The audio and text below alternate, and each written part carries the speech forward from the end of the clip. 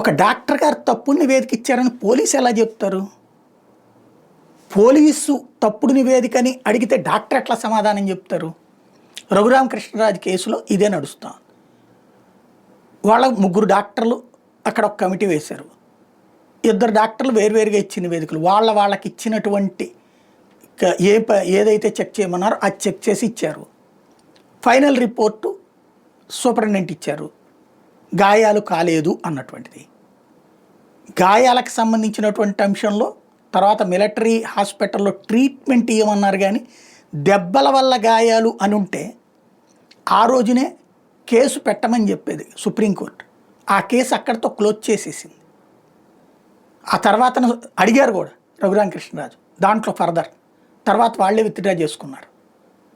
ఇప్పుడు పాయింట్ అలా ఏంటంటే ప్రభుత్వం అధికారంలోకి వచ్చింది, అట్ ద సేమ్ టైం ఆయన ఎమ్మెల్యేగా ఉన్నారు, అధికార పార్టీకి ఉన్నారు, డిప్యూటీ స్పీకర్గా కూడా ఉన్నారు.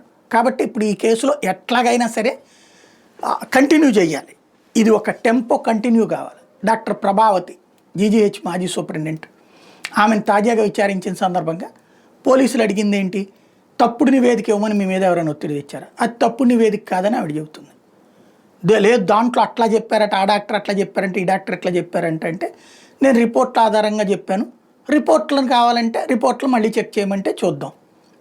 ఇలాగే ఉంది. ఆమె తను ఎవరో ఒత్తిళ్ళకు లొంగానని చెప్తుందా? చెబితే అప్పుడు ఆ డాక్టర్ ఉద్యోగం ఉంటుందా? నెంబర్ 1. నెంబర్ 2, ఫస్ట్ అది తప్పుడు నివేదిక అన్నటువంటిది ఎవరు డిసైడ్ చేయాలి? ఒక డాక్టర్ ఇచ్చిన నివేదిక ఇంకో డాక్టర్ డిసైడ్ చేయాలి కదా తప్పుడు నివేదిక అని. అసలు ఆ ప్రయత్నంగా చేయాల్సింది ఇప్పుడు అది వర్కౌట్ అవుతుంది అసలు ప్రాక్టికల్గా? కాకపోతే సాగుతూ ఉంటుంది.